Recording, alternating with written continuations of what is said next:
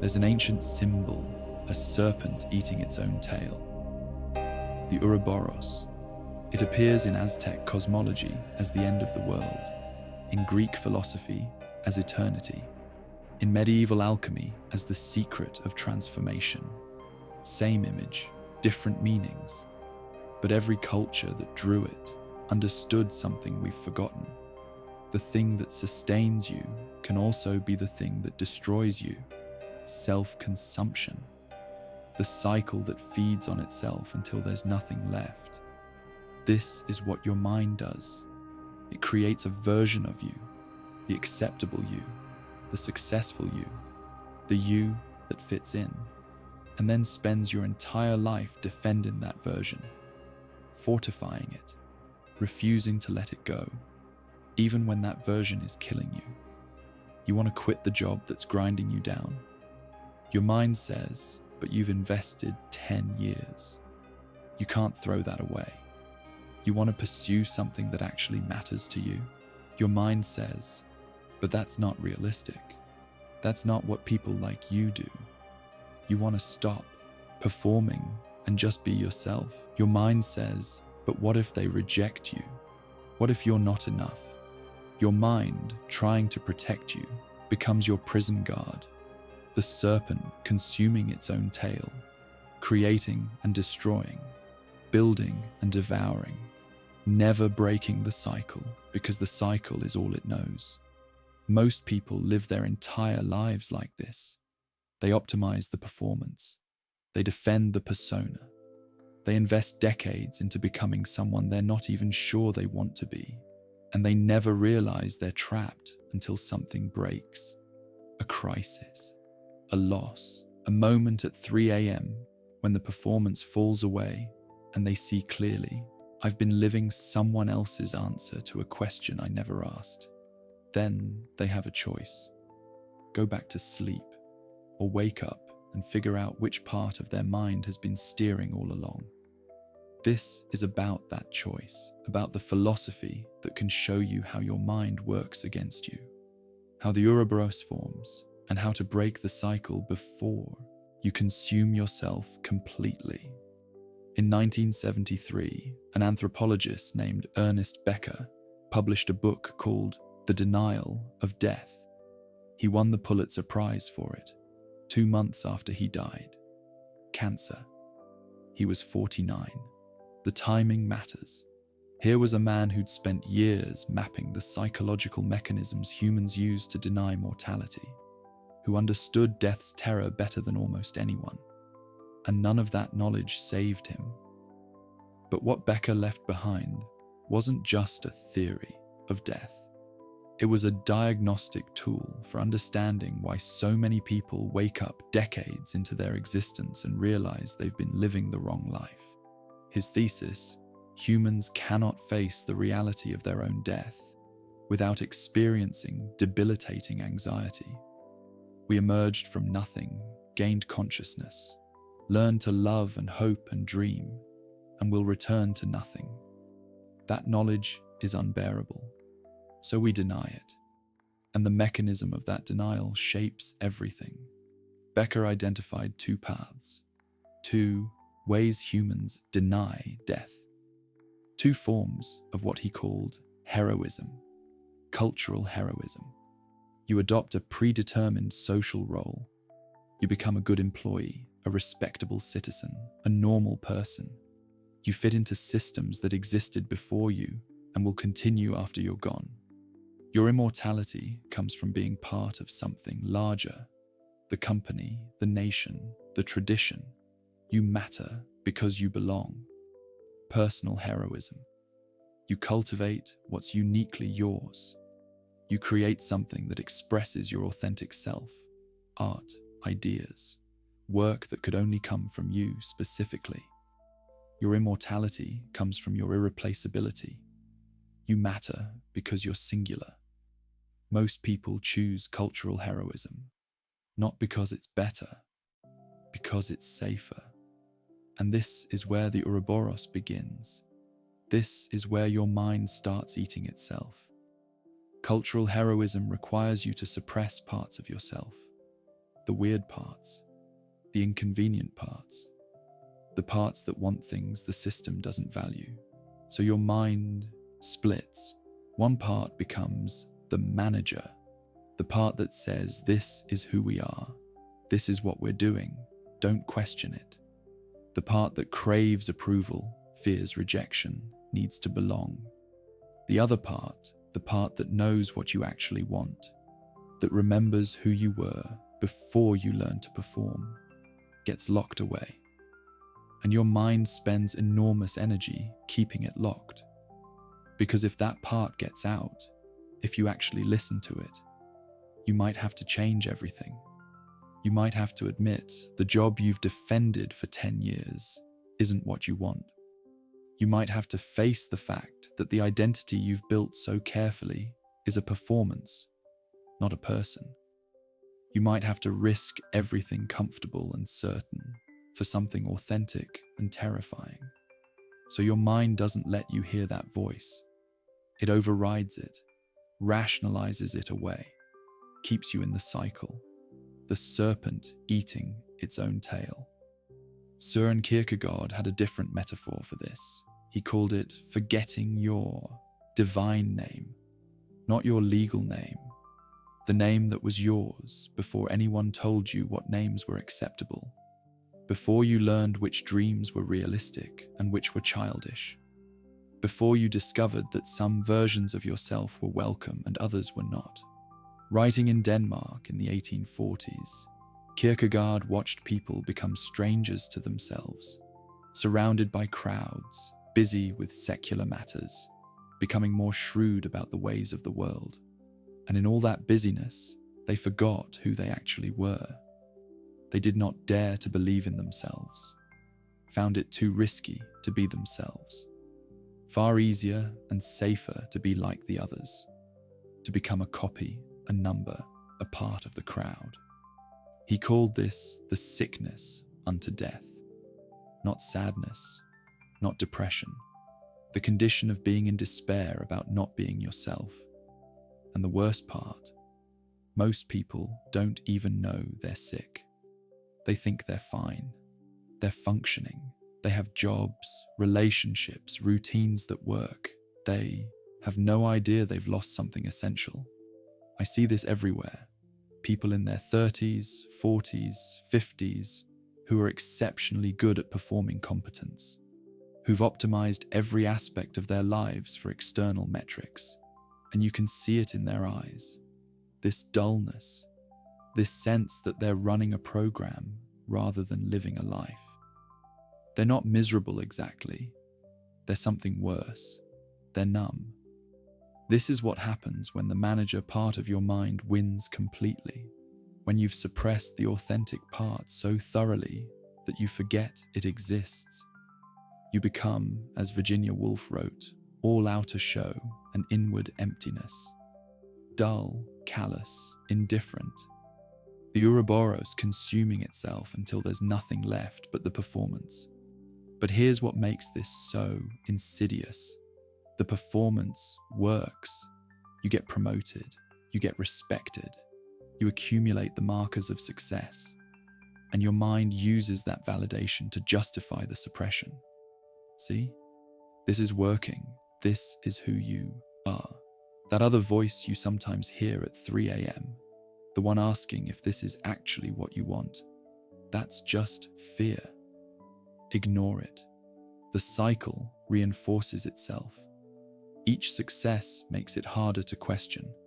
Each investment of time makes it more costly to change direction.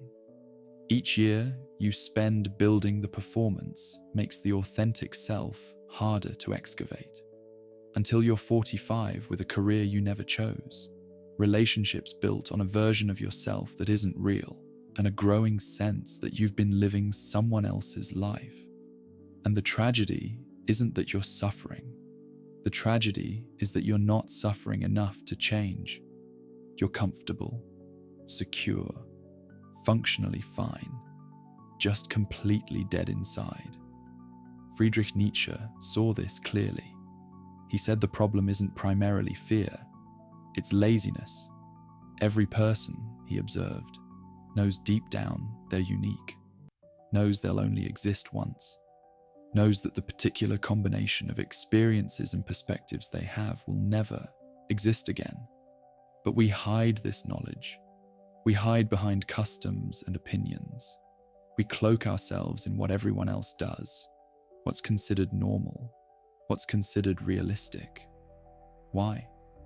Nietzsche's answer: we're even lazier than we are fearful, because becoming yourself, actually becoming yourself, not just fantasizing about it, requires enormous sustained effort. You have to constantly resist the pull of conformity. You have to tolerate being misunderstood. You have to build your own meaning instead of borrowing meaning from systems that already exist. And you have to do this without guarantee of success, without external validation, without the comfort of knowing you're doing the right thing. It's exhausting. So we choose what Nietzsche called the hay wagon. You can ride a wild stallion, or you can fall asleep on a moving hay wagon. The stallion is alive, dangerous, unpredictable. It might throw you. It might take you somewhere you didn't plan. But you're awake. You're steering. You're in dialogue with something wild. The hay wagon is comfortable. You're moving. You can tell yourself you're going somewhere, but you're not choosing the direction. The wagon was already moving before you got on. You're just being carried by momentum that isn't yours. And because it's so comfortable, because everyone else is on similar hay wagons, you fall asleep. You spend your entire life asleep while being carried along by forces you never questioned. This is the Ouroboros in another form. Your mind choosing comfort over aliveness, safety over authenticity, the known over the possible, consuming itself to sustain itself. Now let me show you what this looks like in your actual brain. Because this isn't just philosophy, this is neuroscience. Ian McGilchrist, a psychiatrist who spent decades studying the divided brain, discovered that your two hemispheres don't just process different information. They create different worlds. Your left hemisphere is the manager. It loves categories, roles, systems, certainty. It needs to be right. It's the voice that says, this is realistic. This is what people like you do. This is the safe path. Don't deviate. Your right hemisphere is the suppressed voice. It sees context, nuance, ambiguity, possibility. It's comfortable with uncertainty. It experiences the world as fluid, interconnected, alive. It asks, what if there's another way? Both are necessary. The left hemisphere gives you tools to function in the world. The right hemisphere gives you the capacity to actually live. But McGilchrist's argument is that in modern Western culture, the left hemisphere has staged a coup. We live in a world designed by and for left hemisphere thinking. Efficiency over meaning, data over wisdom, categories over individuals, systems over souls. McGilchrist writes, the left hemisphere needs certainty and needs to be right. The right hemisphere makes it possible to hold several ambiguous possibilities in suspension together without premature closure on one outcome. Cultural heroism is left hemisphere dominance. Give me a clear path. Tell me the rules. Show me what success looks like. I'll optimize for that. Personal heroism is right hemisphere integration. I don't know where this leads. I'm exploring. I'm discovering. I'm comfortable not knowing yet because the discovery itself is the point. And here's the tragedy. When the left hemisphere dominates completely, you lose the ability to even imagine another path. You look at personal heroism and see only chaos, risk, irresponsibility. You can't perceive what you've lost because the part of your brain that would recognize it has been overridden. This is the neurological basis of the Ouroboros. One hemisphere eating the other, the manager consuming the explorer, the performer destroying the person. and you don't notice it happening because the left hemisphere controls the narrative. It's the part that explains your life to yourself, and it has every incentive to justify its own dominance. So it tells you stories. You're being responsible. You're being realistic. You're doing what you need to do. You're not like those flaky people who chase dreams. You're grounded, practical, smart. And the right hemisphere, the part that knows what you actually want, gets quieter and quieter until you can't hear it anymore, until you forget it was ever there. Let me show you how this happens, how the machinery works, how your mind learns to eat itself. You're 5 years old. You draw a purple elephant. You're excited. You show your teacher. The teacher says, "Elephants aren't purple. Use grey." You just learned something. Your authentic vision is wrong. The correct answer is what everyone agrees on. Small moment, but it registers. The left hemisphere takes note. Conformity seeks approval. You're 16. You want to study philosophy. Your parents say philosophy doesn't pay. Study business. You just learned what you're drawn to doesn't matter. What matters is what the market values. Another data point. The left hemisphere adjusts. Authentic desire, gunborn, impractical. You're 25.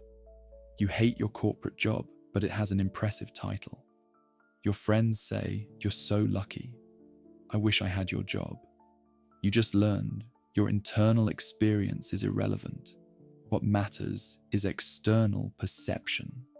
The pattern is set now. The left hemisphere has the proof it needs. Suppressing the right hemisphere keeps you safe. Layer by layer, year by year, the manager learns to override the explorer. The performer learns to suppress the person. And by 30, 40, 50, you've forgotten the person even exists. This isn't a conspiracy. Nobody's doing this to you maliciously. It's just how cultural heroism perpetuates itself.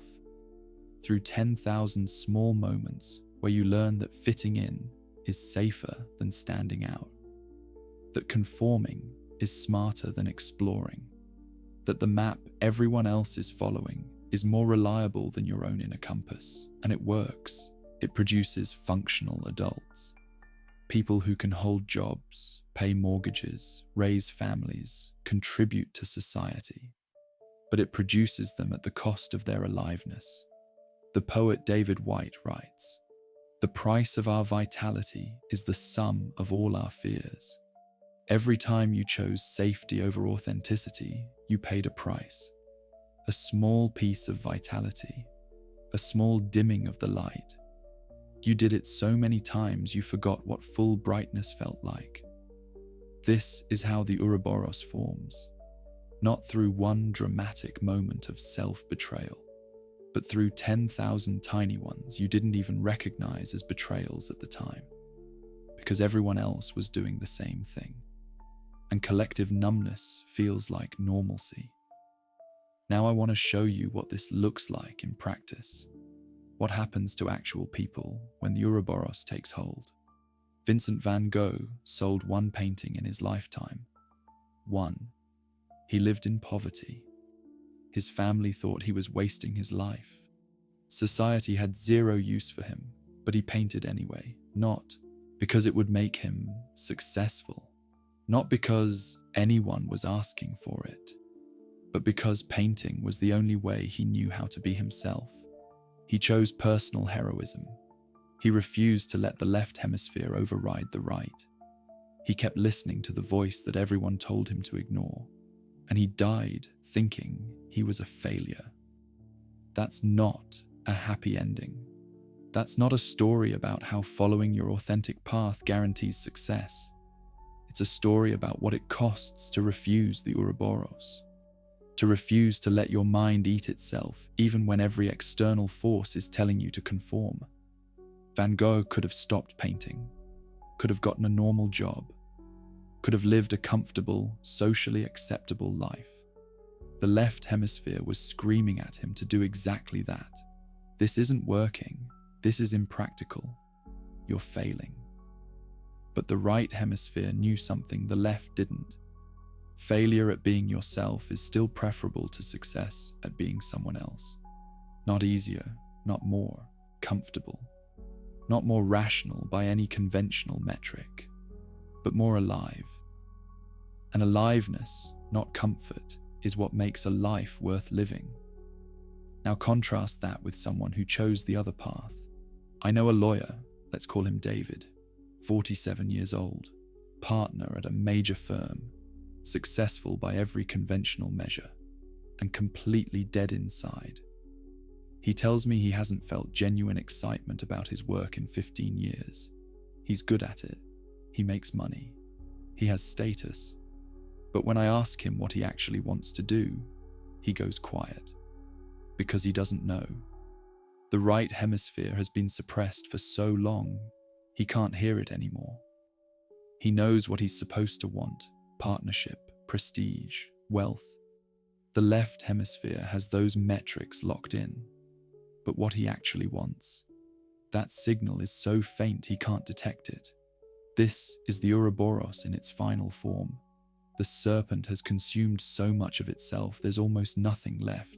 Just the performance, the role, the function, and the machine. And the tragedy is, David knows this. He's not stupid. He's not unaware. He knows he's living the wrong life. He knows he's trapped in a cycle of his own making.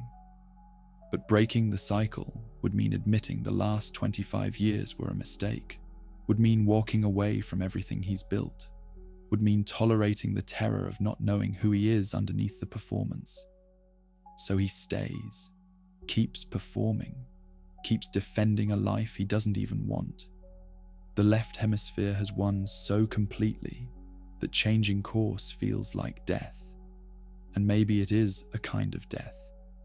The death of the persona, the death of the image, the death of the story he's been telling himself about who he is.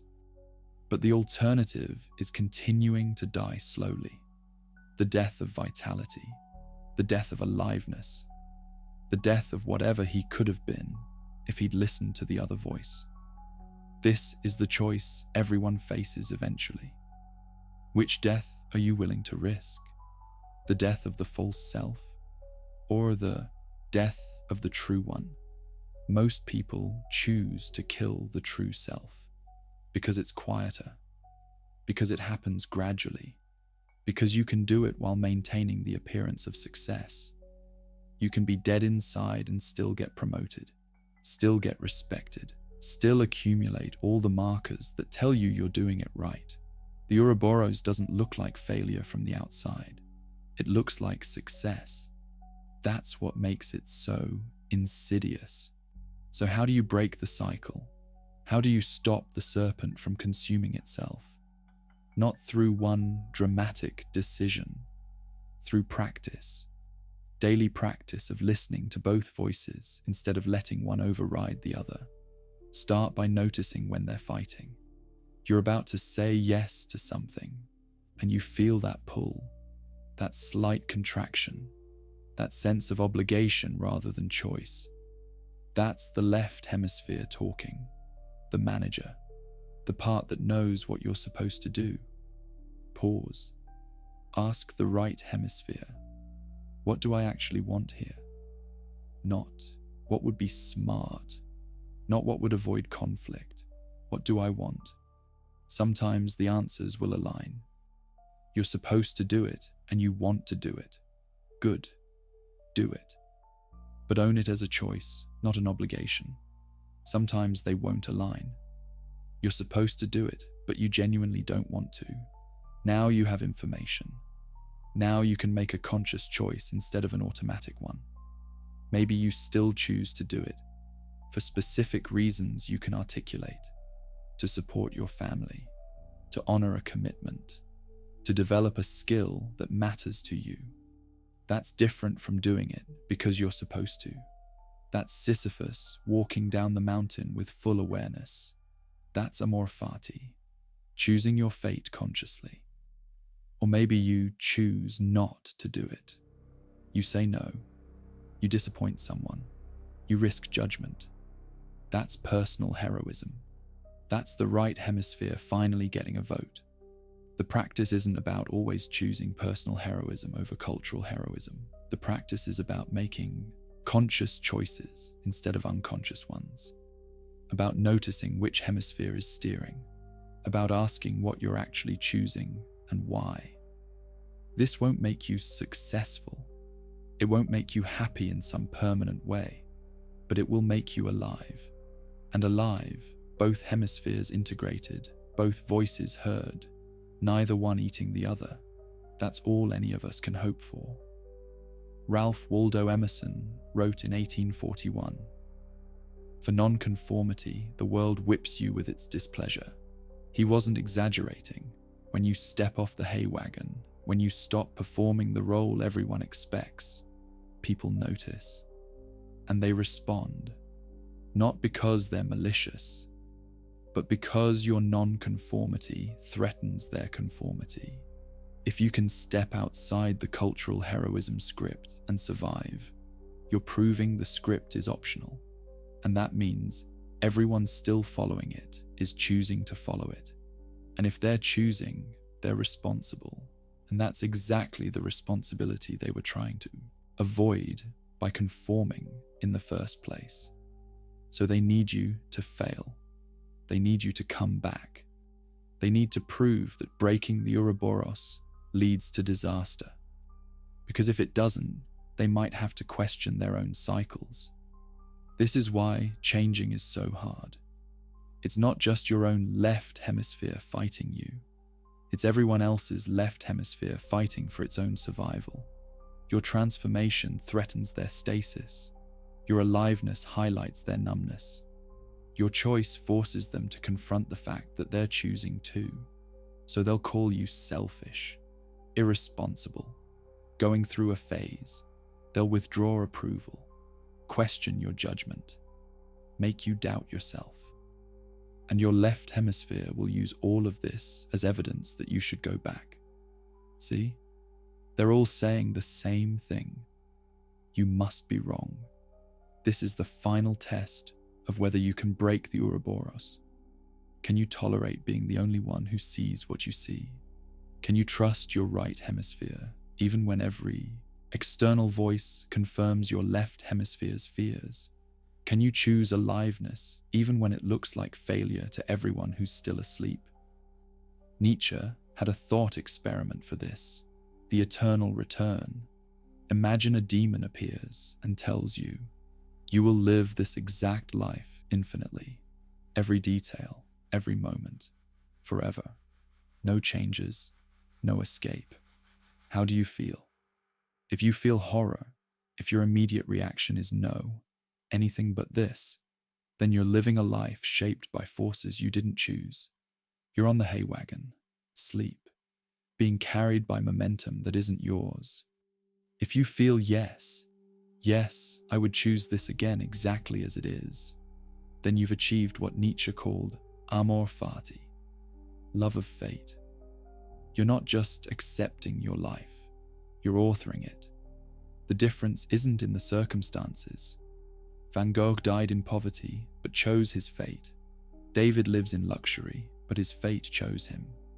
The difference is in who's steering, which hemisphere is in control, whether you are consciously choosing or unconsciously conforming. And that difference is everything. Becker knew this in his final months. Cancer doesn't care about philosophical insight. Death was coming, whether he understood its terror or not. But he'd spent his life doing what mattered to him, asking his question. The question only he could ask, in the way only he could ask it. He'd refused to let the left hemisphere override the right, refused to suppress his authentic calling for the sake of cultural approval. He'd broken the Ouroboros, not perfectly, not completely, but enough to die knowing he'd lived as himself rather than as a function. That's not immortality. That's not beating death. But it's the only victory death allows. The serpent is still there, still eating its own tail, still offering the comfort of the cycle. Cultural heroism is still the safer path, still the path most people will choose. And that's okay. Not everyone needs to break the Ouroboros. Cultural heroism is real. Heroism, it keeps civilization functioning. But if you're reading this, if you've made it this far, something in you is asking the question. Something in your right hemisphere is saying, this isn't enough. This performance isn't me. This cycle is consuming something I can't afford to lose. And if you're hearing that voice, you have a choice. Keep suppressing it. Keep the cycle going. Stay comfortable and numb and functionally dead. Or listen to it. Start asking which hemisphere is steering. Start making conscious choices instead of automatic ones. Start breaking the Ouroboros before it consumes you completely. The serpent won't stop eating itself just because you want it to. You have to actively interrupt the cycle, daily, moment by moment, choice by choice. Asking, is this mine? Did I choose this? Or is this just what I'm supposed to do?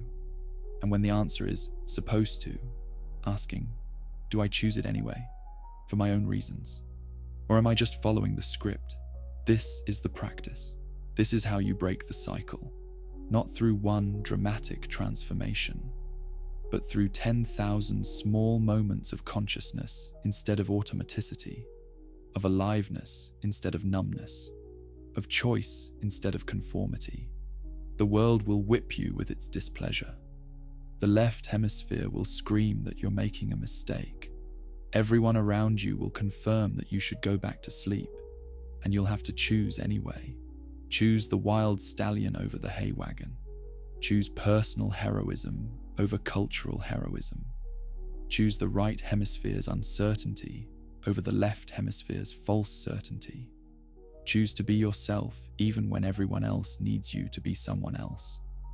That's the only way to break the Ouroboros. Not by destroying the cycle, but by choosing to step out of it, again and again and again, until choosing becomes who you are, until the cycle loses its grip, until the serpent can no longer eat its own tail because there's finally something else to sustain it, something authentic, something alive, something that could only come from you. That's not comfortable. That's not safe. That's not guaranteed to work. But it's the only thing that makes the terror of existence bearable.